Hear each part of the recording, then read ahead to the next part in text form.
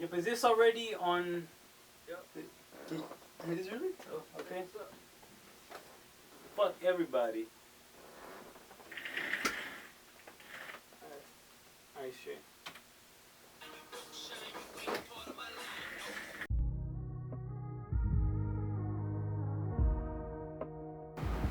What is up, guys? It is your boy Ray, aka Archie Rock, here with my dude Frank Staxx, man. Glad you're here. What up? Everything brought to you by the Gift and Game podcast. We're live here at Smoky Shop in Manassas, VA, holding it down, man. Frank, welcome to the podcast. Appreciate you being here, man. Obviously, so much that we're going to get into today. Just obviously talking about the music. Definitely want to talk about some entrepreneurial things with you today, teamwork, and we love everything that you're doing, man. So we definitely wanted to take the time and sit down with you and chop it up. So appreciate you being here, Frank. Most definitely, man. Thank you. All right, cool. Frank Staxx, what's up, my dude? How you doing, man? Appreciate What's you up, being man? here, man. Smoky Shop, Thanks, Gift man. and Game Pod, man. Definitely appreciate you hanging out, and yeah, man. You know, I've been rocking. I've been following everything that you got going on, man. Super pumped for you. But you know, obviously, for people that aren't hip, that aren't, you know, in tune with who you are, what can you say about yourself right now, just as a person? And we'll dive into the music, the brand, and all that. But who is Frank Staxx? What are you all about right now, man?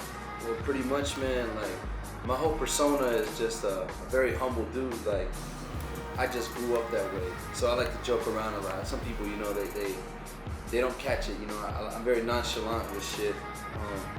So like that's pretty much like my sense of humor drives like my way of being of who I am and stuff like that. And you know, hip hop is really like one thing that I love. You know, so like you could define me as just, you know, that funny dude, you know, that loves hip hop music and just, you know, can vibe out anywhere pretty much. You know, grew up Latino family. Half white, half Irish, actually, for those that want to specify. Yeah, and I grew up here locally, Manassas area. Grew up in Falls Church area, but you know, like moved at a very young age here to Manassas. Fairfax Hospital born, like a lot of people out here. So yeah, man, pretty much that's kind of sums me up in a nutshell. How do you think that growing up in this area, the Northern Virginia scene, do you feel that's molded you in a way? Yeah, definitely. It's like, I mean, you should know it's a real diverse area. Like Northern VA, you've got cultures all over the place. You know, Hispanic community is huge. You know, all other communities around here, it's very culturally diverse. Right. So I really learned to appreciate that shit. That's dope. And it's funny because you know, you hear all the time, I'm a product of my environment, and you see a lot of artists that are shifted in certain directions based off, you know, upbringings, who they, you know, hang out with, so on and so forth. If there is one thing about growing up here that's influenced you the most, what do you think it would be? It would be to, you know, because I've seen a lot of negative influences on my way up. So if there's one thing that I've learned from here is to not be, you know, that negative influence. So it kind of steered me in like the right path in my eyes. Like, don't go that way. You know, like Big Crit's album, Better This Way. You know, like it's better this way. Facts. So, you know, be humble, be funny, be that guy, be well spoken. So that really drives me and motivates me to be better and progress and move on. Yeah, and that's great. I mean, you know, we've obviously talked about the album. We've talked about the tape you got, Growth Up a New Era, which is funny because, you know, on the cover of it, it seems like you have all these different influences that are coming at you. You know, whether it's the party life, whether it's ABC, it seems like you have a lot of things coming at you mentally. How are you training yourself to keep that positive and to, you know, not have all the distractions? What are you doing mentally to help with that? Well, mentally, it's more of like, you know, a state of mind that I've built. So State of mind. I'll wake up, and you know, I'm real in tune with God. You know, for those that are firm believers in God would understand. Like, Awesome. and you know, I always pray. You know, and I speak with God a lot. So that kind of keeps me sane. And most of all, it's my circle of friends, you know, like my circle. Huge. Yeah, it's not huge. No, that's a huge, you know what I'm saying? That's a huge, moment. Yeah, like that's a huge thing. Yeah, like my circle of friends is so small, it's not a circle. You know what I'm saying? So like, it's a small group of people, but they're all driven the same way. They all have their personal goals, and then we all collectively have our one goal. So it's all about who I surround myself with. So that's major. And I love that. You know, we've talked about that and that team mindset, that camaraderie around a certain goal. We're definitely going to talk some teamwork, some teamwork stuff, and that's awesome. But so this is your first project, your first release. It's on Dat Piff, Growth of a New Era. It's a really cool concept. It's a very millennial concept. What was the overall mindset, the overall tone going into Growth of a New Era when you started this project? Well, when we first started the project, it was more of like me sitting on my ass for a long time. Yeah. I used to be part of a music group in high school, you know, it was 3 of us, and we were rocking hard, and we were getting a lot of buzz, and then after that, you know, high school ended and we all split, and that was unfortunate, but after that, you know, I kind of sat on my ass for like 2 years, just dropping a song like every 3 to 6 months, and I was that guy. Oh yeah, Frank makes music, this and that, and it wasn't like taken serious. And then I was sitting down with my boy Scratch, and we were just like, yo, what the fuck are we doing, man? And like we were sitting down in the studio and just watching YouTube videos like forever. So then we finally like just were like, damn, we're not doing shit. You know, we're seeing everything around us. We're like, we don't want to be that. We don't want to be like the Manassas All-Stars, as we call them. So yeah, we don't want to be that. So we just picked it up and started recording and got the ball rolling, and snowball effect, and here we are now. Like, we look back and it's like, damn, it's been a long road. It's been about a year, maybe a year plus, that we've been really hacking at it and been on the chopping block, but it turned out in our favor. You know? Yeah, it's a great project. You know, I sat down with it. I thought how you reached out and made that personal touch about the project. That was really cool. That was a great aspect, and it's funny, we're here now based off that type of mindset. I mean, obviously, very, very motivational project. It has everything that you want in a project, in a mixtape. It has lyrics, it has consciousness, it has awareness, it has self-awareness, and I just applaud that so much, man. So when you go into writing your lyrics and actually taking it from brain to pad, where are you drawing a lot of this inspiration from? Where is it all deriving from? Well, if you listen to the project, I mentioned my father in quite a few songs. When I was growing up, I remember I was a young buck. I was like 3 or 4 or something like that. And I grew up, you know, with my dad till then. And then one day, you know, it's like, oh shit, like where the fuck's he at? Mm-hmm. So, you know, my mom would just be like, oh, he's working or like something. And you know, like I didn't see him till like for like a long time. And comes out, you know, he had left. He started another family and all that stuff. Wow. And not a lot of people know this, so this is like you're probably one of the first people to hear. A lot of my friends don't even know the story like that. So it's like she met him at a gas station and saw him. It's like, oh shit. Then he came back into my life again, and you know, I held on to that. It's like, you know, you're holding on to a hot coal, expecting it to burn somebody else, and it's really burning you. So that's what really drove me to unleash a lot of that energy on a lot of these songs. So I mentioned that a lot, and then just like I said before, my state of mind, you know, I try to instill that in my music so other people can embrace it and maybe change and, you know, really think about things differently also. And a lot of my downs were really put into this to, you know, bring everything up and give positive influence to everybody else through a fun way of listening. It's not that boring, you know, like that boring type of like, you know, way of saying things to people. People get tired of hearing shit like over and over and over again, but I kind of put it in there in a way where people would want to hear it. Right, I definitely appreciate that different approach. And overall,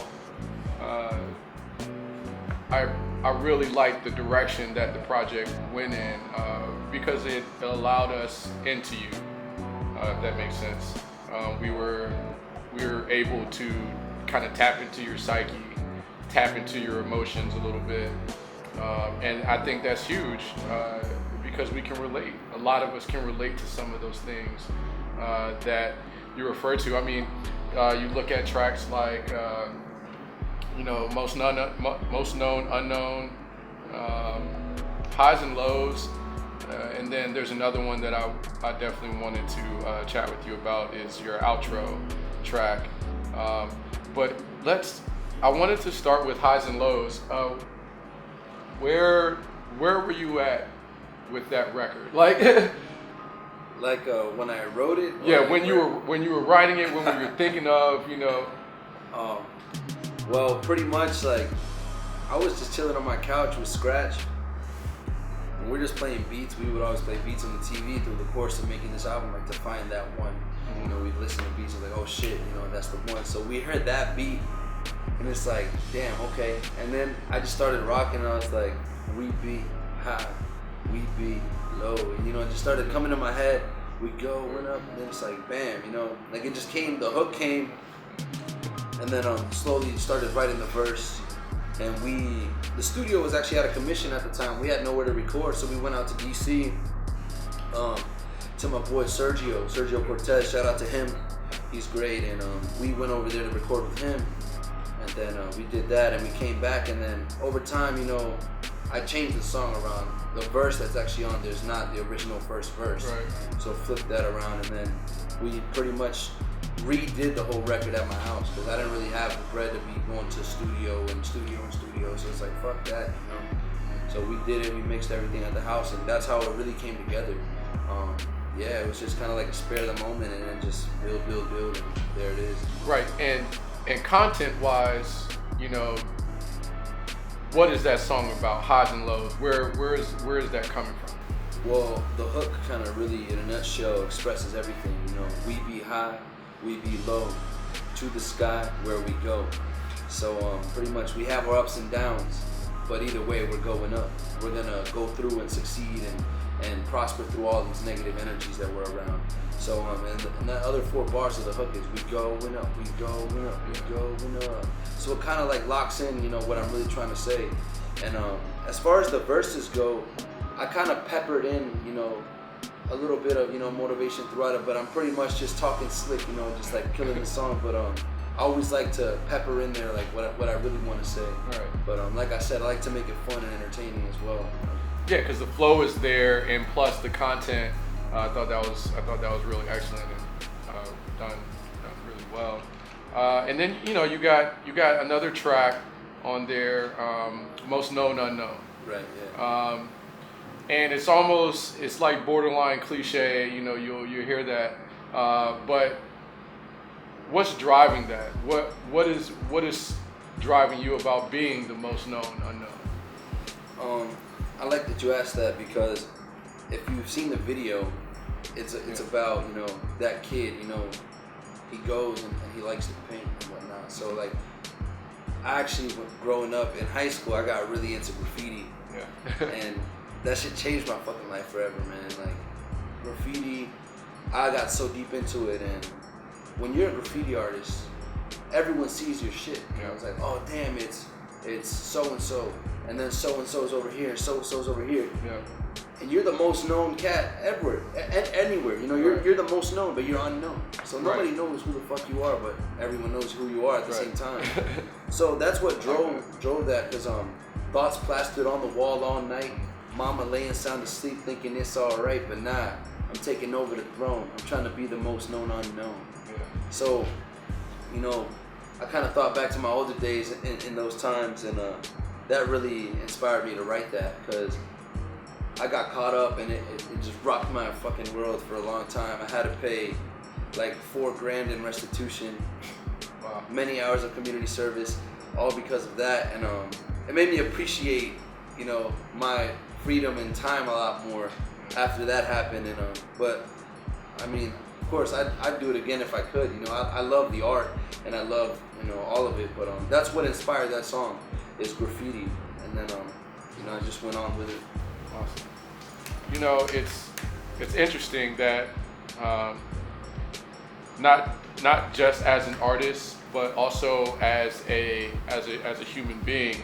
You know, we go through all these processes, we go through all these situations, and you know, that's why I really like, you know, the concept of highs and lows, because no matter what, you have to be exponential. You have to continue to grow through those situations. And you know, we had spoke a little bit about, you know, the record on the outro, which, you know, was a real personal track. Not the beginning of the outro, but kind of the second phase. And you know, if you're not hip, you know, you're not. If you cut it off like a loser, you know, like there's a second part to that outro. Right. Without giving too much away, speak on that outro and what it was all about for you. Yeah, well, the outro is like, you know, it's like a hidden song, and very few people found out about it. And that's kind of what I wanted, but you know, the ones that found it, it's like, you know, you find that hidden gem. The song's really, it's about a rough time that I was going through in my life. Pretty much like, I just touched base on a lot of like problems and issues, and I tried to make it relatable to others. And it's actually about, you know, suicide. So, kind of in a nutshell, like, you know, I went through a phase in my life where it was just tough, and I thought about really pulling the plug on myself, and you know, thank God, you know, like I opened my eyes and I realized, you know, like what the fuck am I doing, you know, and I really embraced everyone around me, and I found the light, and I felt like, you know, since I didn't pull the plug on myself in real life, you know, why not do it through a song? So I feel like when people listen to that song, they'll really understand what I'm talking about, and you know, hopefully people can relate to it, and you know, not do that same thing I was thinking about doing. So that's really what that track is about, and where the roots come from. Yeah, it's and it's great that you're confident enough with yourself to be able to speak on it. I mean, those type of feelings and issues a lot of people go through, and so I definitely appreciate you sharing that through the music, and I know it'll impact a lot of people, and it will help a lot of people, and that's fantastic. That's great, man, and I'm happy for you in that sense that, you know, you were able to grow through that and come out a champion. So yeah, man, you spoke on it a little bit. I mean, you got an awesome team with you, man. That's with you. That's rocking and rolling down. You know, we really do this. All praise to the Most High. All praise to the Most High, man. It's awesome. So, you know, from a teamwork standpoint, I mean, I love what you got going on. We have everything with Convey, your clothing brand that's doing some awesome things right now. You have an awesome, you know, marketing team, and just the brains that's with you and working with you is really cool, man. And one thing that, you know, we really talk about a lot at Gift and Game is, you know, just having a lot of team around you, having entrepreneurs that have their own brands, that have that common goal that they're trying to get to. I mean, that's gotta feel awesome, having a solid group with you that has that like-minded mentality. What's that been like for you and your team?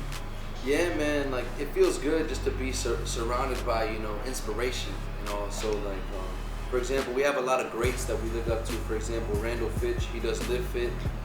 That's huge now. We have Arvin Lau. We always stay in tune with him. You know, the motivation and just advice they put out on their pages and stuff. He does shreds, by the way. It's like huge supplements and stuff. Motivational speakers too. That's really kind of driven us in the direction we go, like in what our brand is. Convey, you know, we convey a message. So Eric Thomas, hip hop preacher, he's one that always we watch and keep in tune with. Trent Shelton, Les Brown. So those are pretty much the main components of what built the foundation of what we have. Just watching the greats, doing what successful people do to eventually get the results that successful people get. Awesome. So that's really something we follow and stand by a lot. So you got your brand Convey. Right. And what was kind of the concept behind Convey? Why did you guys, obviously the elephant, you know, speaks on wisdom And what kind of got that going? What got that off the ground? Well, it's funny the way it actually started is on Facebook. I was on Facebook and some girl, she put up a status. It was like, gosh, if I could convey the amount of anger I have right now. And then I read the word convey. I was like, convey, just roll up, convey. So I was like, oh shit. So I called Vic. I was like, yo, I know what we're gonna call our brand, convey.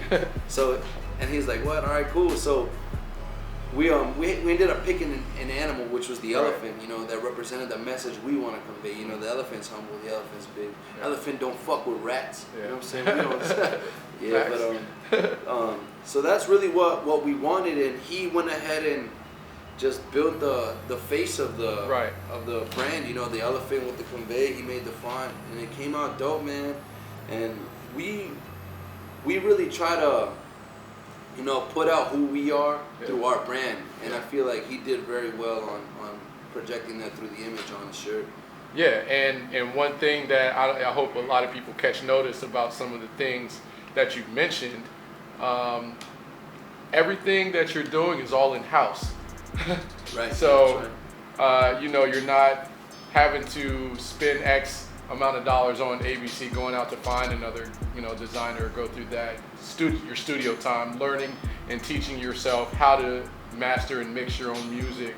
I mean, that's a huge part, for a lot of, indie artists that may not have the budget yet to, spend hundreds of thousands of dollars on studio time for their projects. And I think that's very critical for a lot of up and coming artists, one, because it saves money, and it also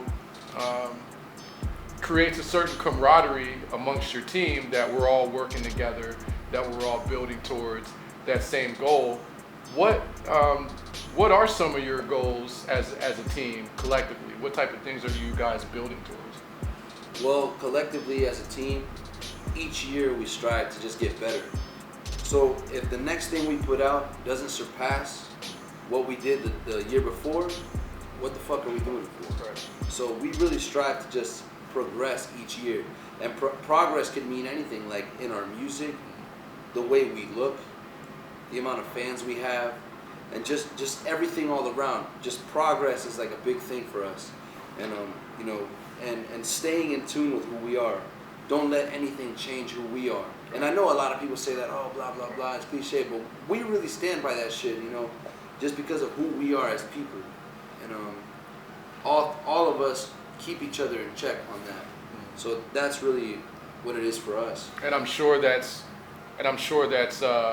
really weaving you guys and gelling you guys and molding you guys, at the same time. Yeah, it's like a grandmother, knitting a quilt. Yeah. And it's bringing it all together. Right. And I mean, that's phenomenal stuff, man. That is phenomenal. So, I mean, obviously, with all of that coming together, 2016's got to be a pretty big year for you and your squad. Obviously, Growth of a New Era is doing well right now, online and just through the local scene. So congratulations on that. Thank you. So going into this upcoming year, 2016. I mean, mentally, I'm sure you're already there. But what exactly are you honing in on next year? What is going to be your main facet for 2016? 2016, a lot of shows. That's really what we want to target and hit. Right. A lot of shows, because that's what we didn't do this year. Mm-hmm. We have gone. That was great. That was one of our goals. And the next goal is shows. Just really getting, that feel for the performance element of things. Right. Just sharpen up that sword. Right. So, we're ready for anything. So a lot of shows. Also working on the next project. We're working on that now already. We started that. Videos, just all around, a lot of stuff. But we really want to bounce around everywhere. We don't want to stay here next year. So we pretty much want to target audiences in different states. So that's a big plan for us, and God willing, we'll be able to accomplish that. That's cool. Cool. That's real dope. Well, yeah, man. Hey, look, from my team at Gift and Game, we definitely appreciate you taking the time today, man. Dope stuff, man. Hey, I appreciate you, man. Absolutely. We appreciate you. Absolutely. So that's real dope. That's real dope. We really do this.